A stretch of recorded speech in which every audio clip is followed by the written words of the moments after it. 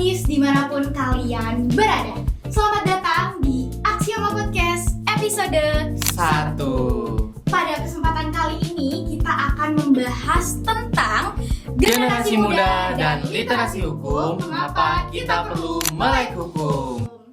Nah, baik teman-teman yang ada di rumah, pasti kan sering sekali nih melihat ataupun mendengar tentang isu-isu hukum di media sosial yang pastinya viral, seperti kekerasan oleh aparat, kemudian perundungan, pelecehan seksual, hingga kriminalisasi di ruang digital.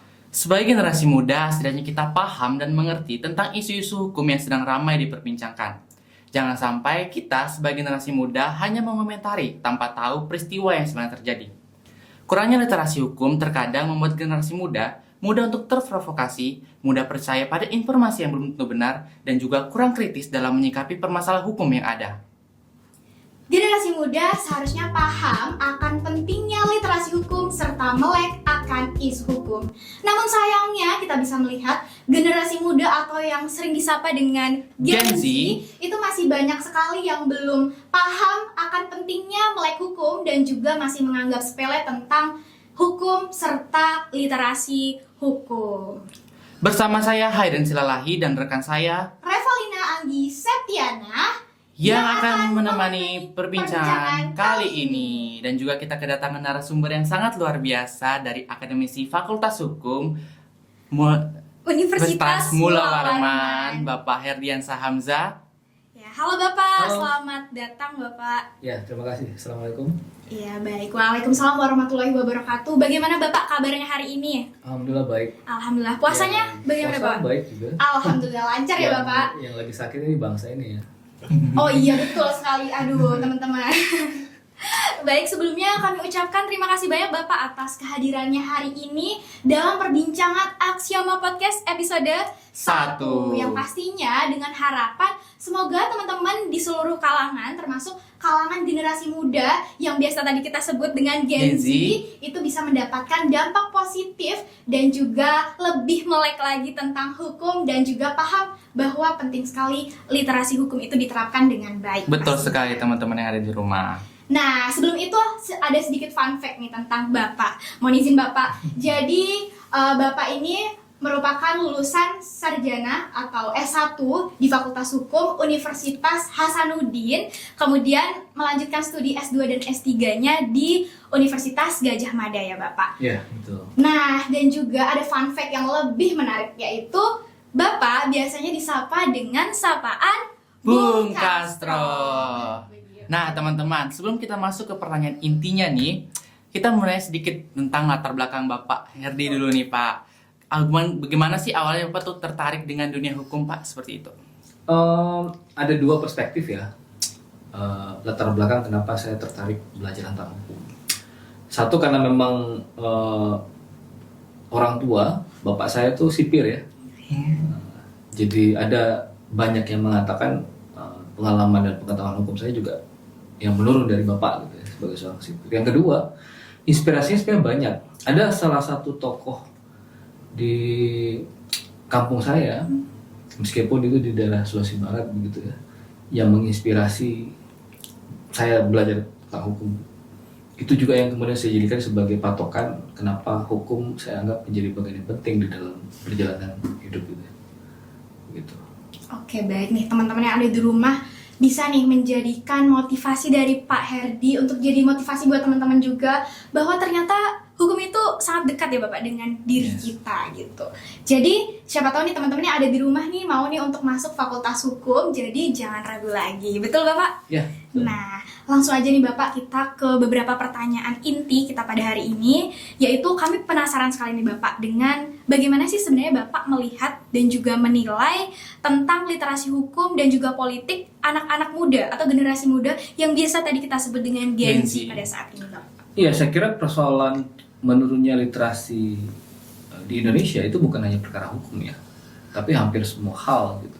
Apalagi kita belajar hukum dan politik misalnya, kita sudah baca kalau baseline data, saya kira UNESCO sudah berkali-kali ngomong tuh bahwa tingkat literasi orang-orang Indonesia itu begitu sangat rendah. Dari 1.000 orang itu hanya 1 orang yang punya keinginan untuk belajar banyak tentang literasi itu. Artinya hanya 0,01% kalau baseline-nya data UNESCO. Nah, kalau bicara soal hukum, saya kira penting ya. Ini menjadi tantangan generasi sekarang ketika problem hukum seolah-olah itu tidak menjadi bagian yang bersenyawa dengan dirinya sendiri gitu ya. Ada banyak persoalan-persoalan yang bisa kita bongkar dengan pemahaman hukum yang cukup baik. Sebaliknya, kalau kemudian pemahaman hukum itu atau setidaknya tingkat literasinya begitu sangat rendah, kalau bahasa Gen Z sekarang atau Gen Alpha itu, ya kita mau ada dikerjain orang, bukan hanya orang lain. Tetapi institusi pemaksa negara itu begitu mudah ngerjain kita gitu. Ada banyak keluhan-keluhan yang sering kita dapatkan gitu ya. Ketika ya di dalam perjalanan ditahan polisi, bahkan ada handphone yang diperiksa begitu. Itu kan keluhan-keluhan yang sering kali didapatkan bahkan oleh teman-teman mahasiswa. Bahkan di tempat-tempat kos-kosan ada yang kehilangan motor, tapi tidak pernah diproses. Laporan-laporan yang masuk ke kantor polisi misalnya. Nah, kemampuan kita terhadap ilmu hukum itu menjadi bekal yang cukup bagus saya kira. Bagaimana kita defense terhadap hak-hak kita. Gitu. Kalau kita merasa punya hak yang sama dengan orang lain, ya kita mesti defense dengan ilmu yang kita miliki. Tetapi kalau kemudian kawan-kawan atau teman-teman itu enggan belajar tentang hukum, saya kira itu justru menjadi pintu masuk yang mudah untuk dibobol. Hak-hak kita akan mudah dimainkan oleh orang lain, terutama bagi institusi pemaksa negara gitu ya, polisi dan lain sebagainya. Saya kira begitu. Baik, terima kasih Bapak. Nah, teman-teman di rumah, ini jadi reminder sekali untuk kita bahwasannya ternyata literasi hukum atau literasi apapun itu di Indonesia itu sangat amat rendah. Dan ini harusnya menjadi sebuah membangunkan kembali gitu untuk teman-teman supaya bisa lebih meningkatkan kesadaran teman-teman untuk meningkatkan literasi hukum. Betul atau sekali. literasi digital ya pastinya. Nah Pak, ke pertanyaan selanjutnya nih. Apa sih yang sebenarnya menjadi urgensi kita sebagai generasi muda bahwa kita tuh harus meningkatkan literasi hukum yang ada dalam diri kita seperti itu? Ya, mesti dipahami juga hukum itu bukan hanya norma ya, bukan hanya aturan. Jadi kalau kita belajar tentang hukum, saya kira itu menjadi satu paket ya, atau apa ya, satu bundel ya, antara hukum dengan bagaimana kita memahami tentang perilaku orang lain. Gitu. Kalau kita bicara hukum, mulai dari aspek yang kita sebut sebagai filsafat hukum itu sebenarnya menghantarkan kita bagaimana memahami apa tujuan hukum yang sebenarnya. Gitu. Jadi filsafat menurun kepada prinsip atau asas dan prinsip menurun kepada kaidah dan norma. Itu kan satu paketnya. Jadi belajar hukum itu tidak hanya memahami aturan, tetapi bicara soal jantung dari aturan itu yang seringkali kita sebut sebagai moralitas. Gitu. Jadi belajar hukum juga memberikan semacam track bagi kita bagaimana memahami moralitas dalam segala hal. Yang bergaul dengan siapa saja, kita mesti dituntun dengan moralitas yang baik. Makanya di dalam hukum juga ada istilah yang seringkali kita ucapkan tuh. Ada pepatah Latin yang bilang, ya, leges sine moribus fanae. Law without morality are useless. Artinya, kalau kita belajar tentang hukum tidak hanya semata-mata belajar tentang aturan, tetapi juga belajar soal prinsip asas yang menggerakkan atau menuntun aturan itu terbentuk dengan baik. Jadi itulah kenapa pentingnya kita belajar soal hukum juga sekaligus belajar tentang prinsip, belajar tentang moralitas.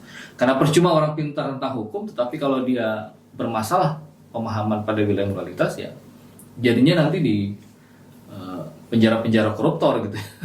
Karena antara moralitas dan hukum adalah sesuatu yang tidak bisa dipisah sama sekali. Ibaratkan satu keping mata uang yang kedua sisinya ya tidak bisa dipisah sama sekali antara moralitas dan hukum.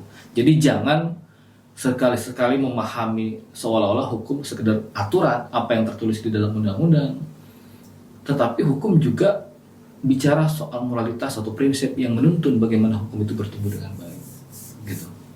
Nah teman-teman, begitu penting kan bahwa kita tuh harus belajar tentang literasi hukum supaya kita mengerti tentang norma-norma yang berlaku di Indonesia, begitu teman-teman. Nah, berarti kita dapat simpulkan ya teman-teman bahwasannya literasi hukum itu sangat amat penting.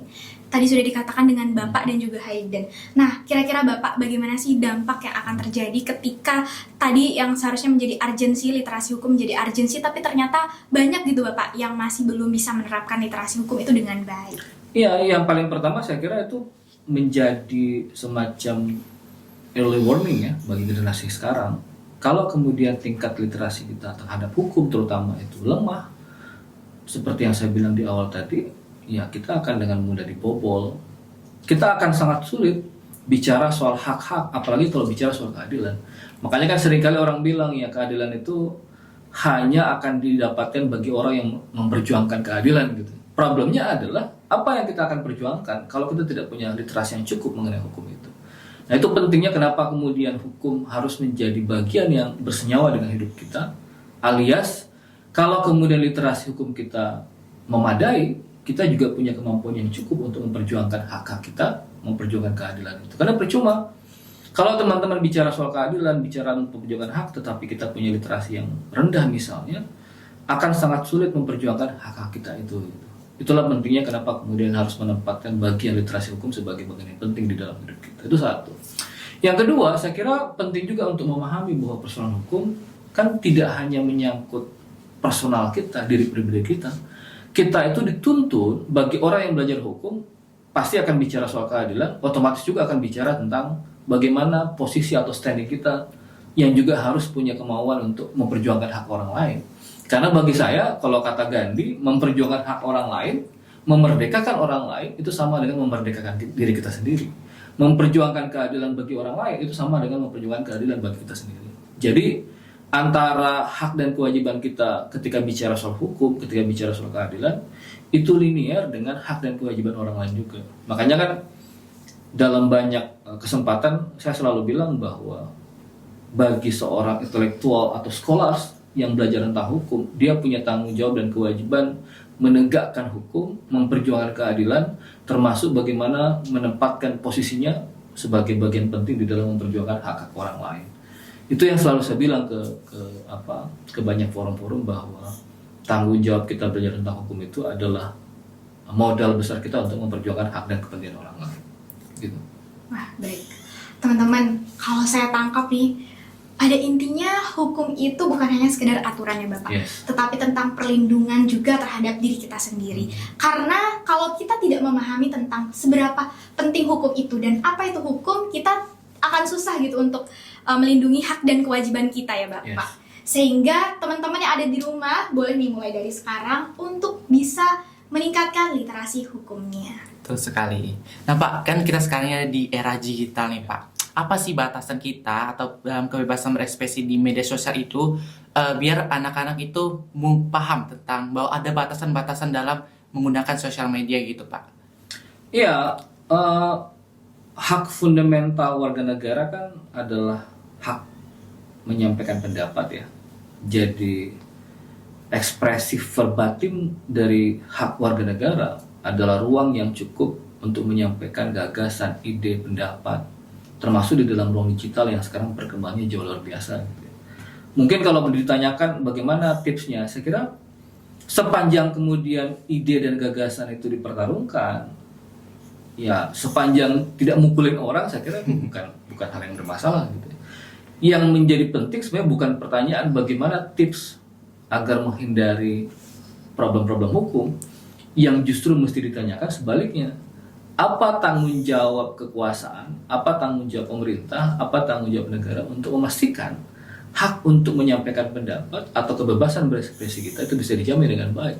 Itu justru pertanyaan yang harus diarahkan bukan kepada masyarakat, tetapi justru kepada pemerintah. Karena faktanya belakangan ini justru hak untuk berpendapat itu cenderung dibatasi kan.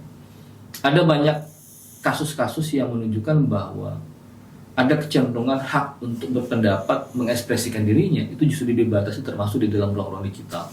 Nah, salah satu problem yang paling mendasar, karena ini bicara soal literasi hukum gitu ya, ada semacam warisan kolonial yang masih dipertahankan sampai sekarang. Itu yang sering kita sebut sebagai hatsai artikelen atau pasal-pasal karet. Ya seperti filosofi karet, dia lentur gitu ya.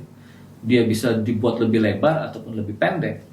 Ya tergantung siapa yang menafsirkan. Cilakanya adalah yang memiliki tafsir tunggal terhadap hukum itu adalah kekuasaan dan segala perangkat pemaksanya gitu ya, termasuk polisi dan sebagainya.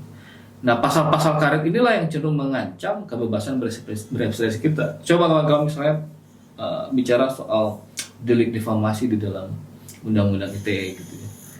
Kalau berdasarkan data Direktur Cybercrime di Kepolisian, ada 1.500 data yang masuk selama kurun waktu 10 tahun belakangan ini. Tetapi dari 1.500 data di Direktorat Cybercrime itu 90% itu justru dilaporkan atau digunakan oleh para pejabat publik. Itu kan menjadi semacam anomali hukum gitu ya. Ya kalau Anda tidak siap menjadi pejabat publik ya, atau Anda tidak siap dikritik, jangan jadi pejabat publik. Nah, hal-hal semacam ini saya kira penting untuk tidak hanya sebatas literasi, tetapi bagaimana memastikan literasi hukum itu menjadi semacam penuntun kita untuk memperjuangkan kepentingan setiap kepala warga negara, termasuk kepentingan untuk bebas mengekspresikan dirinya. Dan saya pikir salah satu yang mengancam memang adalah pasal-pasal karet yang masih cenderung digunakan di Indonesia. Salah satunya adalah pasal karet di dalam Undang-Undang ITE, ya, delik difamasi atau delik pencemaran nama baik. Itu warisan kolonial banget. Apalagi sekarang gitu ya, di KUHP juga masih dipertahankan tuh.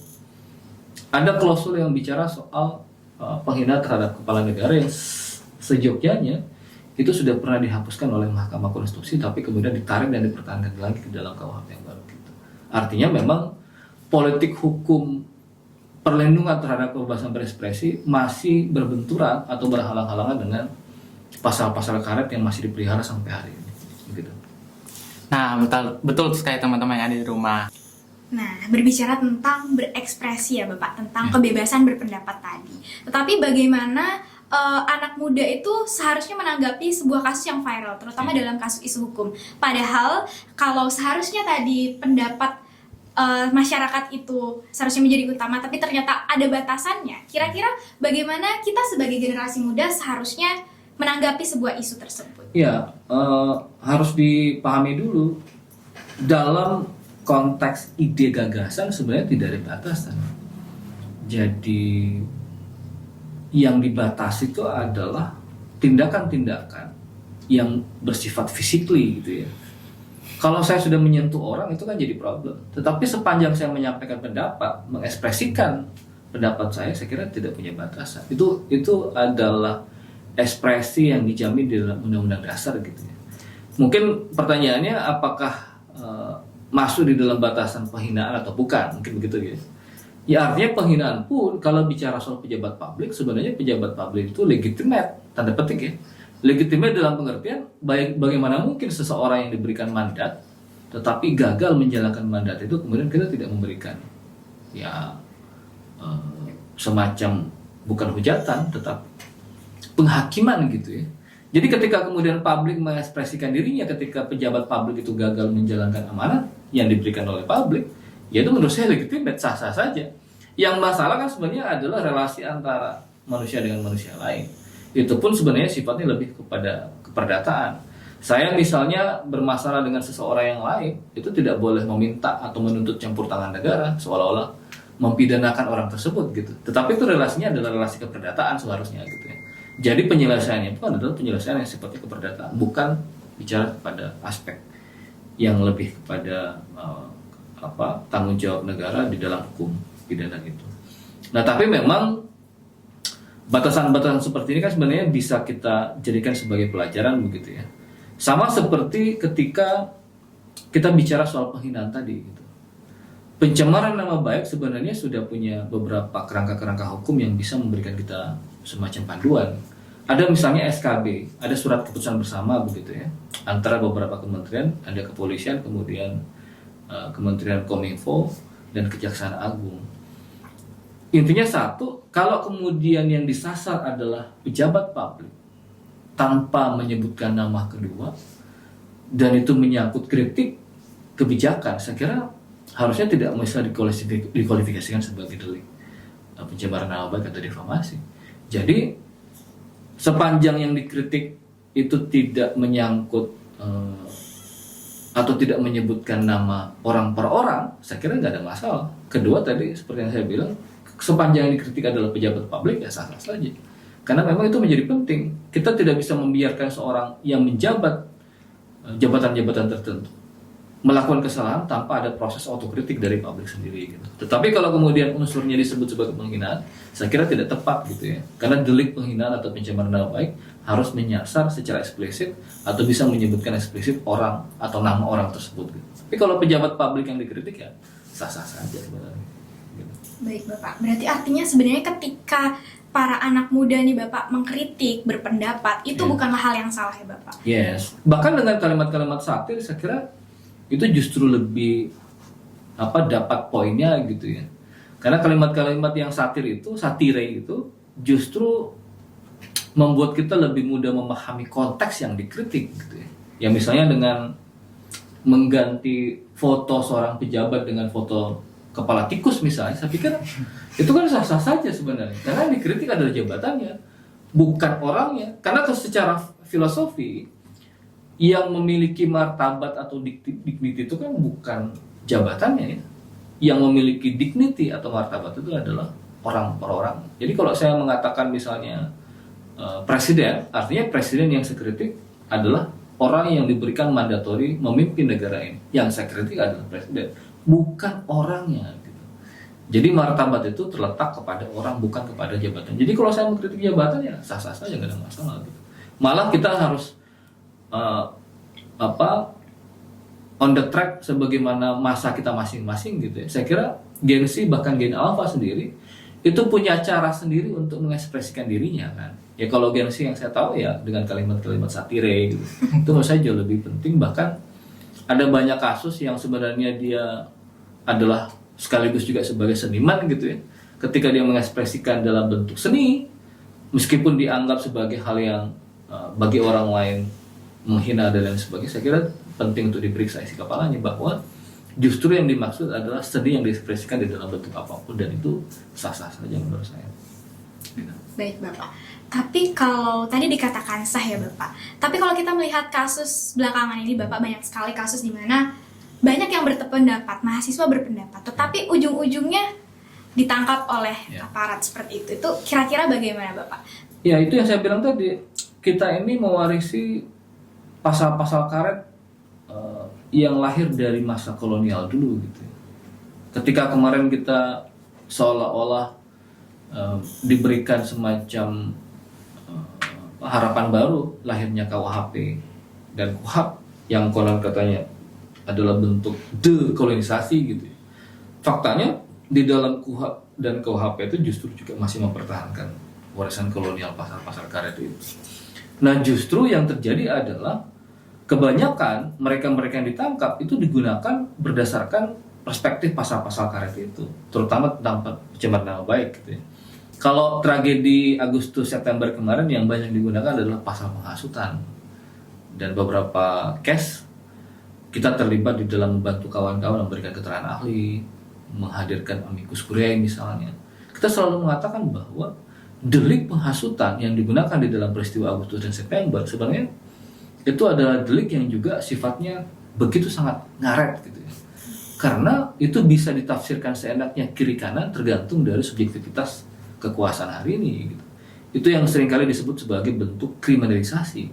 Sesuatu yang sebenarnya bukan tindakan kriminal tetapi dipaksakan menjadi tindakan kriminal. Nah, antara pasal-pasal yang berkaitan dengan penghasutan, kemudian pasal-pasal defamasi, pencemaran nama baik, hampir semua adalah pasal-pasal yang sifatnya karet yang kemudian dijadikan sebagai alat untuk membungkam bagi mereka-mereka yang kritis. Tapi saya kira kan itu tidak menghalangi, bahkan tidak membuat kawan-kawan berhenti kan. Artinya kita punya hak yang sama untuk menyampaikan pendapat, mengekspresikan gagasan ide kita, dan kalaupun kemudian mendapatkan tantangan semacam ini, jangan sampai kemudian kawan-kawan berhenti untuk menyampaikan ekspresi itu. Nah, itulah gunanya kawan-kawan juga perlu untuk bersolidaritas gitu ya. Bahwa problem ini tidak hanya dihadapi orang-orang di Jakarta, bukan hanya dihadapi mereka yang di Surabaya, tapi juga harusnya menjadi masalah yang sama di Kalimantan Timur. Karena itulah pentingnya sebenarnya bersolidaritas, ya seperti ujar-ujar orang gitu ya, ringan sama kita jinjing, yang berat sama-sama kita pikul. Apapun problem yang muncul, jangan sampai dianggap itu hanya menjadi problemnya Kalimantan Timur misalnya. Toh kemarin urusan mobil dinas itu justru menjadi masalah nasional kan. Betul. Itu menjadi problem yang menjadi keresahan kolektif. Bagi siapapun yang masih memelihara kewarasan, saya kira pasti menganggap itu adalah bagian yang keliru gitu. Dan bagi manusia di bawah kolong langit ini yang masih sadar, yang masih melihat kewarasan, pasti melihat sebagai hal yang buruk gitu. Baik Bapak. Nah teman-teman, jangan jadikan sebuah tantangan yang hadir itu untuk berhenti dari langkah bersuara. Jadi tetap bersuara ya Bapak. Yes. Tuh. Nah Pak, selanjutnya nih apa sih yang menjadi peran kampus dan juga organisasi kemahasiswaan dalam meningkatkan literasi hukum bagi generasi muda saat ini, Pak? Ya, satu, kampus itu kan sebenarnya tempat di mana kelompok intelektual yang lebih banyak punya waktu dibanding yang lain. Kalau kita bandingkan dengan buruh yang harus bekerja dari jam 7 pagi sampai jam 6 sore misalnya, atau petani yang harus ke sawah dari pagi sampai sore, mereka tidak punya waktu yang cukup. Bandingkan dengan kawan-kawan yang ada di kampus gitu ya, teman-teman mahasiswa, dosen, tenaga pendidik, segala macam. Itu relatif masih cukup waktu yang banyak. Karena itulah kemudian yang harusnya mendorong bagaimana pertumbuhan tingkat literasi itu menjadi jauh lebih baik, itu dibebankan kepada teman-teman yang ada di kampus. Itu pertama, waktu yang cenderung lebih banyak dimiliki oleh teman-teman di kampus. Jadi kewajiban sebagai intelektual kampus itu harus berbagi literasi hukum kepada siapapun di masyarakat luas. Jadi kawan-kawan di kampus itu harus meruntuhkan tembok-tembok kampus, kemudian berbau dan masyarakat, mendidik mereka, mengajarkan mereka bagaimana pentingnya literasi tentang hukum itu, dengan harapan satu saat ya jangan juga beranggapan seolah-olah kita ini seperti pahlawan buat mereka gitu ya. Ya kita berharap memberikan asupan pengetahuan kepada masyarakat di luar agar suatu saat mereka bisa secara mandiri memperjuangkan kepentingannya gitu. Mereka belajar hukum untuk bicara soal keadilan, memperjuangkan kepentingannya sendiri, bukan lagi meminta atau bantuan kepada kawan-kawan. Suatu saat mereka harus mandiri gitu. Satu. Yang kedua, yang menjadi penting adalah bagaimana kita mesti memahami karakter atau sifat dari intelektual kampus itu. Dalam sebuah buku saya tuliskan bahwa tanggung jawab kaum intelektual itu bukan hanya untuk dirinya sendiri, tetapi juga untuk orang lain. Itu yang seringkali kita sebut sebagai intelektual publik. Intelektual yang memang sudah menggadaikan kepentingan pribadinya untuk memperjuangkan kepentingan orang lain. Kata Hatta dalam sebuah pidato, tanggung jawab seorang intelijensia, kaum intelijensia kalau bahasa Hatta adalah dia belajar tentang hukum, dia belajar tentang apapun, tetapi sekaligus ilmu pengetahuannya itu bisa dibagi kepada orang lain. Jadi pengetahuan kata Hatta itu jangan menjadi kesenangan pribadi gitu.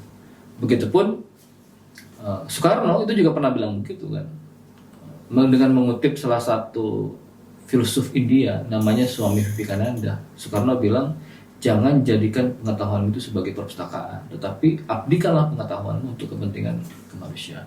Itu poin yang penting kenapa kemudian teman-teman di kampus itu punya porsi yang lebih besar bagaimana mendorong tingkat literasi kepada masyarakat yang lebih banyak. Saya kira begitu.